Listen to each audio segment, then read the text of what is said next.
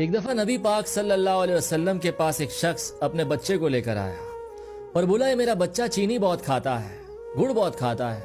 اس زمانے میں گڑ ہوا کرتا تھا، میں نے اسے بہت سمجھایا، بہت منع کیا کہ گڑ نہ کھایا کر، دانت خراب ہو جائیں گے، کیڑے پڑ جائیں گے، لیکن یہ نہیں مانتا۔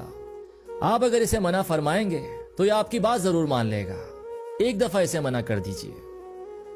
تو آپ نے اس سے کہا کہ کل آنا، تو شخص چلا گیا اور اگلے روز پھر اپنے بچے کو لایا اور کہا اسے منع کیجئے۔ آپ مسکرائے اور کہا کہ کل آنا۔ اب وہ شخص تھوڑا دل میں ناراض ہوا یہ سن کر۔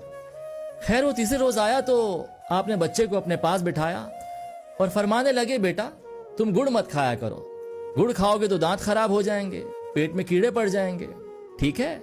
تو بچہ بولا ٹھیک ہے۔ تو شخص بولا آپ نے مجھے روز روز بلایا، اتنی سی بات آپ بچے کو اسی دن کہہ دیتے۔ تو فرمانے لگے کہ اس دن